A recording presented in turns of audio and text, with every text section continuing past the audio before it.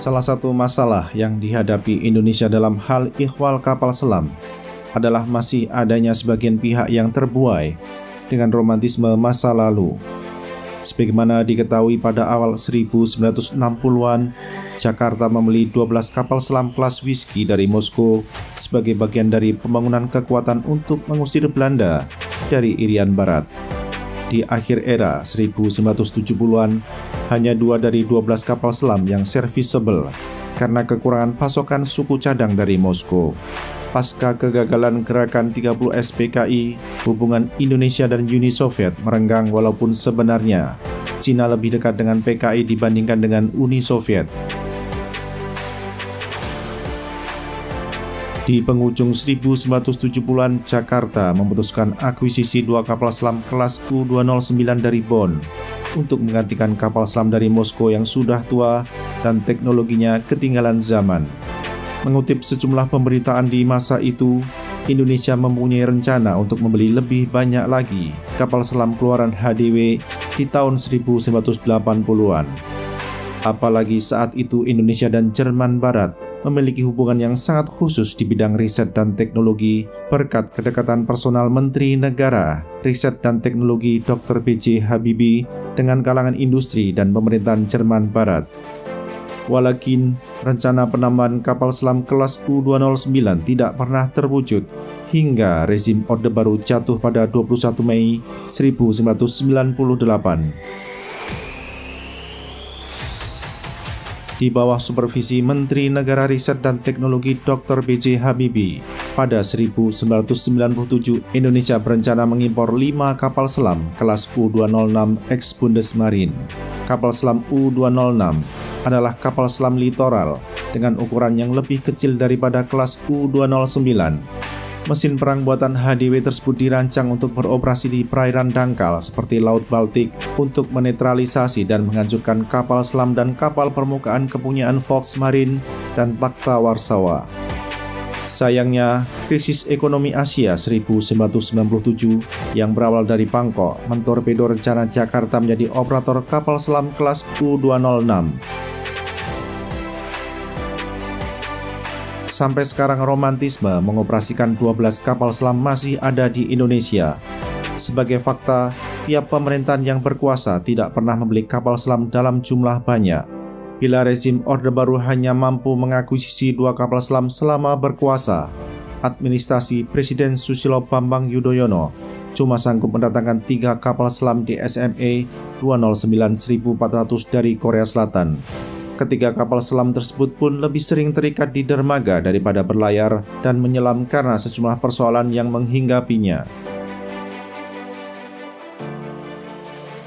Sementara itu, negeri-negeri jiran Indonesia terus melaksanakan modernisasi armada kapal selam, kecuali Australia pada tahun 1960-an hingga 1980-an.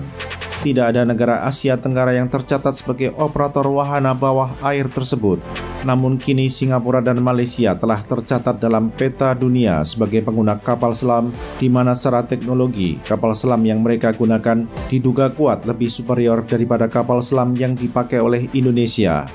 Negeri asal Joseph Schooling sudah mengakuisisi kapal selam kelas U-218 dari Jerman, sedangkan negeri kelahiran Rashid Siddiq mengimpor kapal selam kelas Korpen dari Prancis pada awal abad ke-21.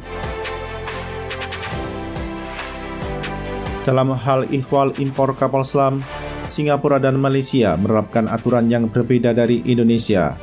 Kedua negara yang pernah tergabung dalam Persekutuan Tanah Melayu tidak mensyaratkan program offset dalam pengadaan kapal selam. Namun Singapura berhasil meyakinkan Jerman agar mengizinkan sejumlah sistem elektronika karya anak bangsa Singapura dipasang dalam kapal selam kelas U-218 keluaran TKMS. Sedangkan Malaysia masih sepenuhnya mengadopsi berbagai peralatan buatan Prancis pada kapal selam kelas Korpen. Jakarta memang mempunyai ambisi untuk memproduksi kapal selam sendiri, sehingga Indonesia memilih 3 kapal selam murah DSME 209 1400 seharga 1,1 miliar US dollar demi mencapai ambisi tersebut. Hasilnya adalah kondisi ketiga kapal selam itu jauh dari kata memuaskan dan lebih sering menghabiskan hari-harinya terikat di dermaga. Selain itu, DSME yang sekarang sudah berganti nama menjadi Hanwha Ocean harus gigit jari sebab Indonesia menolak aktivasi kontrak 3 kapal selam DSME 209 1400 lainnya. Dari aspek politik, apakah Indonesia serius membangun kekuatan kapal selam agar menjadi salah satu kekuatan yang diperhitungkan di rantau Asia Pasifik? Apabila menjadikan kuantitas kapal selam yang diakuisisi sejak masa Orde Baru sampai hari ini, Jakarta tidak serius untuk menjadi kekuatan kapal selam yang diperhitungkan di kawasan ini. Jumlah pengadaan kapal selam satu rezim pemerintahan paling banyak cuma 3 unit. Antara 1982 hingga 2010 tidak ada pembelian kapal selam sama sekali. Sementara antara 2011 sampai hari ini, hanya ada penambahan 3 kapal selam yang ternyata kemudian menghadapi beragam permasalahan teknis. Setelah pada MEF pertama, akuisisi kapal selam tidak sesuai dengan harapan, pada MEF kedua pengadaan wahana bawah air tersebut stall, alias kontrak tidak diaktifasi. Adapun MEF ketiga, Jakarta berencana membeli 2 kapal selam dengan alokasi penetapan sumber pembiayaan atau PSP sebesar 2,1 miliar US dollar. Bagi Indonesia, pengadaan kapal selam bukan semata soal jual beli saja, namun mencakup pula kerjasama industri agar Jakarta dapat menguasai teknologi, pengetahuan, dan keterampilan terkait konstruksi kapal selam. Naval Group menawarkan Scorpène Evolve sebagai solusi kepada Indonesia, sedangkan TKMS menyodorkan U214. Terdapat sejumlah perbedaan antara penawaran dari Paris dan Berlin. Sebagai contoh, Paris menawarkan skema offset lewat kemitraan industri kepada Jakarta, di mana semua kapal selam dijanjikan akan dibangun sepenuhnya di Indonesia. Adapun Berlin tidak menawarkan skema offset kepada Jakarta, namun lebih memilih skema imbal dagang. Prancis mengajukan kapal selam yang full lithium-ion baterai, sedangkan Jerman menyodorkan kapal selam AIP. Program pengadaan kapal selam merupakan salah satu kegiatan unggulan Kementerian Pertahanan saat ini. Banyak pihak yang mempertanyakan kapan Merdeka Barat akan memberikan kontrak kepada salah satu galangan asal Eropa untuk program tersebut. Terlebih lagi, Lapangan Banteng telah mengeluarkan PSP bagi kegiatan perniagaan itu. Dengan makin dekatnya pemilu hari Valentine, menjadi pertanyaan, apakah kontrak akan ditandatangani sebelum hari Valentine 2024 atau setelah 14 Februari 2024? Kegiatan akuisisi kapal selam sekarang telah satu langkah lebih maju. Pilihan yang akan diambil oleh Indonesia nampaknya telah mengerucut ke satu opsi terkait dengan penandatanganan kontrak. Hal demikian dapat dilakukan apabila langkah terkait urusan administrasi sudah selesai ditempuh.